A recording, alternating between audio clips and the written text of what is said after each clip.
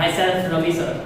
I am going to take your maths lecture. Okay, चलो आज से हम स्टैंडर्ड 8 की शुरुआत करते हैं, स्टार्ट करते हैं, ठीक है। उसमें अभी हम स्टार्ट कर रहे हैं chapter number 2, linear equation in given variable. Okay, then चलो स्टैंडर्ड 8 का मैथ्स थोड़ा 1 लेवल अप है। ओके, आपको बहुत अच्छी तरह से उसकी प्रैक्टिस करनी है। मैं जितना बोलूं, मैं जो बोलूं वो आपको करना ही करना है। Okay, done. चलो तो सबसे पहले अभी आ जाओ linear equation in one variable में कांस्टेंट टर्म। तो कांस्टेंट टर्म किसको बोलेंगे?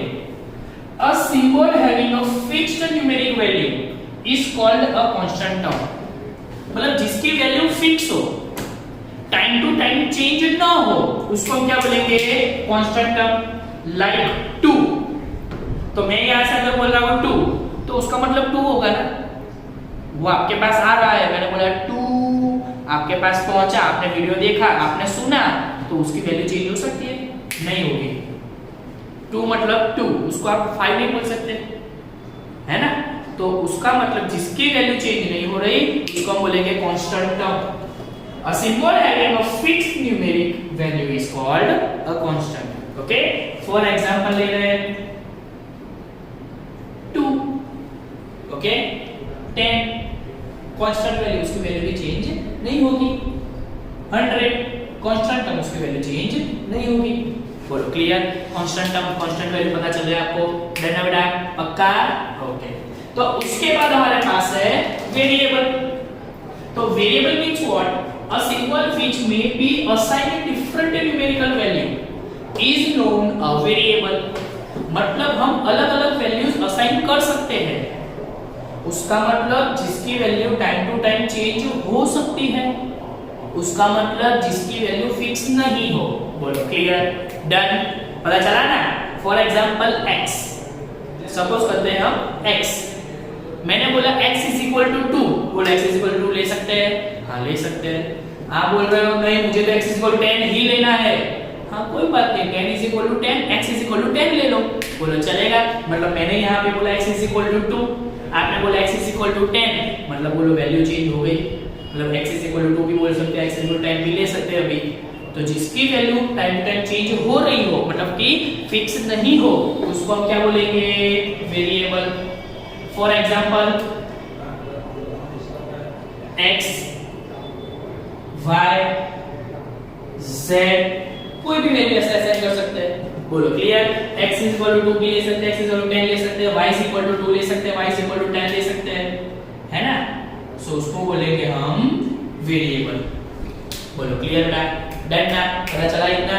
पक्का? ओके। उसके बाद हमारे पास है पावर। पावर, है ना। तो पावर हम किसको बोलेंगे? तो हमारे पास जो वेरिएबल है, हमारे पास जो वेरिएबल है उसके साथ यहां पे हम जो लिखते हैं उसको हम बोलेंगे पावर। क्या बोलेंगे? पावर। मतलब अभी हमने सिर्फ x लिखा, तो उसके साथ यहां पे कुछ भी नहीं है, तो उसको बोलेंगे x⁻1, क्योंकि x लिखा है मतलब पावर में कुछ नहीं है, तो 1 तो होगा ही होगा। ओके, अगर मैं लिखता हूं x⁻², तो यहाँ पे x की पावर कितनी हो गई? 2, x⁻², उसको बोलेंगे x²। ओके, x⁻3, मतलब x की पावर कितनी हो गई? 3। बोलो क्लियर राइट ना? पता चला? डन ना? तो इसको बोलेंगे हम पावर। उसको हम डिग्री भी बोल सकते हैं। क्या बोल सकते हैं? डिग्री। ओके, तो x की डिग्री कितनी है? 3, ऐसा बोल सकते हैं। यानी कि पावर का अल्टरनेट क्या हो जाएगा? डिग्री।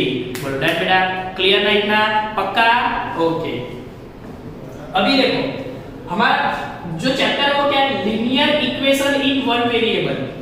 ओके, तो वेरिएबल हमने पता कर दिया क्या है? Variable means what? ओके, अभी आ जाओ लीनियर इक्वेशन पे। तो linear equation means a linear equation is an algebraic express equation. सबसे पहले तो क्या आया? अलजेब्रिक इक्वेशन मींस जो जितने भी टर्म्स हो उसको हम प्लस माइनस मल्टीप्लिकेशन डिवीजन में पुट करें, उसको हम बोलेंगे अलजेब्रिक इक्वेशन, है ना। लाइक x + 2 तो ये एक टर्म है, ये भी एक टर्म है, उन दोनों को मैंने किस में पुट किया, एडिशन में पुट किया, तो ये पूरा टर्म क्या होगा, algebraic expression equation.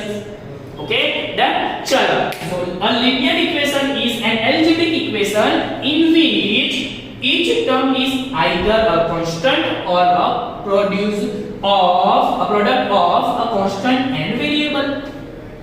each term is a constant, बोलो constant term हो गया, और a product of a constant and variable, ये x है, उसके साथ मल्टीप्लिकेशन में कुछ नहीं है, मतलब हम 1 तो लिख सकते हैं ना, 1 बोल सकते हैं, मतलब 1 into x है ना। अगर मैं ऐसा लिखता हूं 2x plus 2, मतलब ये कांस्टेंट टर्म हो गया, और ये दोनों वेरिएबल एंड कांस्टेंट टर्म दोनों मल्टीप्लिकेशन में भी है, यहाँ पे कुछ नहीं, मतलब इनटू प्रोडक्ट है ना। तो ऐसे जो टर्म लिखेंगे हम, उसको क्या बोलेंगे हम, लीनियर इक्वेशन। अगर सिंपल वर्ड्स में आपको बताऊं, तो अगर कोई हम इक्वेशन लिख रहे हैं, अगर कोई इक्वेशन हम लिख रहे हैं, उसमें जो वेरिएबल है, उसमें जो वेरिएबल है उसकी पावर 1 होनी चाहिए। लीनियर यानी कि कोई भी वेरिएबल, जो भी इक्वेशन है उसमें कोई भी वेरिएबल हमें दिया हो, उसकी पावर 1, मैक्सिमम पावर 1, उससे ज्यादा पावर नहीं हो सकती वो इक्वेशन में, उसको बोलेंगे लीनियर इक्वेशन। बोलो क्लियर बेटा, डन। यानी कि देखो 2x plus 2 is equal to 0, 2x plus 4 is equal to 0, 4x plus 1 is equal to 0, 3x minus 2 is equal to 0, 3x plus 2 is equal to 2। तो ये जो टर्म्स दिए हुए हैं, इक्वेशंस मैंने लिखे हैं, उसमें x की पावर कितनी, यहाँ पे 1, यहाँ पे भी 1, यहाँ पे भी 1, यहाँ पे भी 1, यहाँ पे भी 1, कुछ नहीं, यानी कि 1 तो है क्योंकि x लिखा हुआ है, उसके आगे तो कोई पावर है ही नहीं x की। तो x की पावर अगर हमारे पास 1 ही है, मैक्सिमम पावर 1 है, तो उसको बोलेंगे लीनियर इक्वेशन। ओके बोलो क्लियर बेटा, इतना डन, क्लियर ना। और इक्वेशन क्यों, क्योंकि यहाँ पे हमने इज इक्वल टू पुट किया है, इक्वेशन है, सो इज इक्वल टू आएगा ही आएगा। या तो अदर वर्ड्स में बोलूं, इज इक्वल टू लिखा तो उसको इक्वेशन बोलेंगे। बोलो बेटा, इसको हम इक्वेशन नहीं बोल सकते। अगर मैं नॉर्मली 2x plus 2 लिखता हूं तो उसको इक्वेशन नहीं बोलेंगे, इसको पॉलिनोमियल बोलेंगे। अब क्या बोलेंगे, पॉलिनोमियल, वो आपको 9th में आएगा। ओके, लेकिन अभी इक्वेशन की बारी है तो इक्वेशन में इज इक्वल टू आएगा ही आएगा।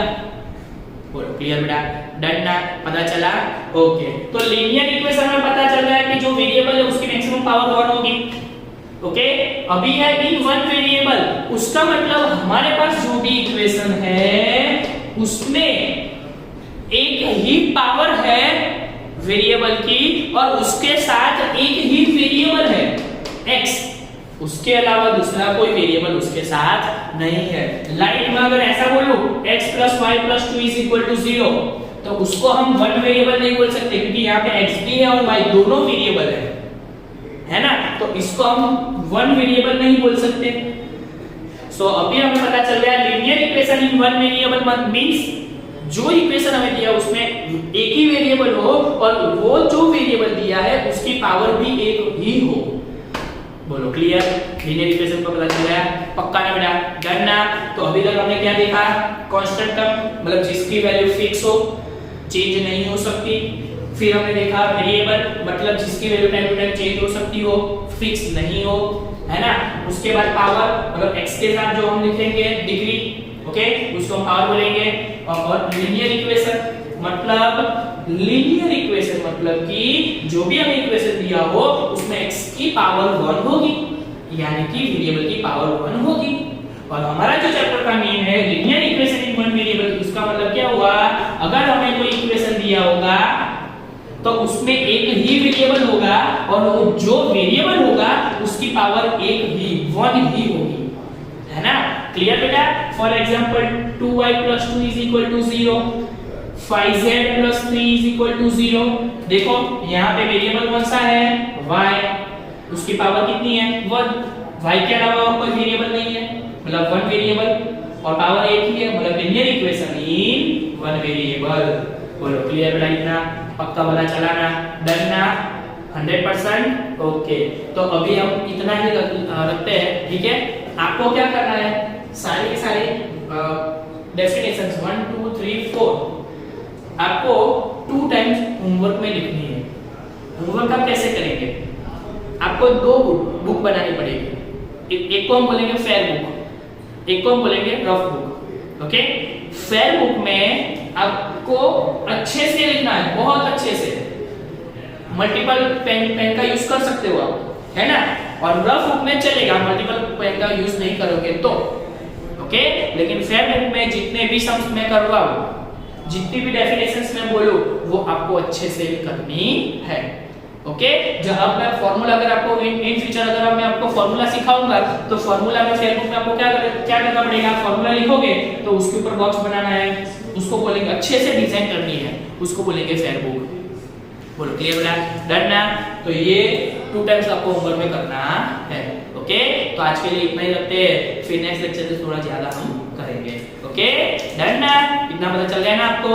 Thank you.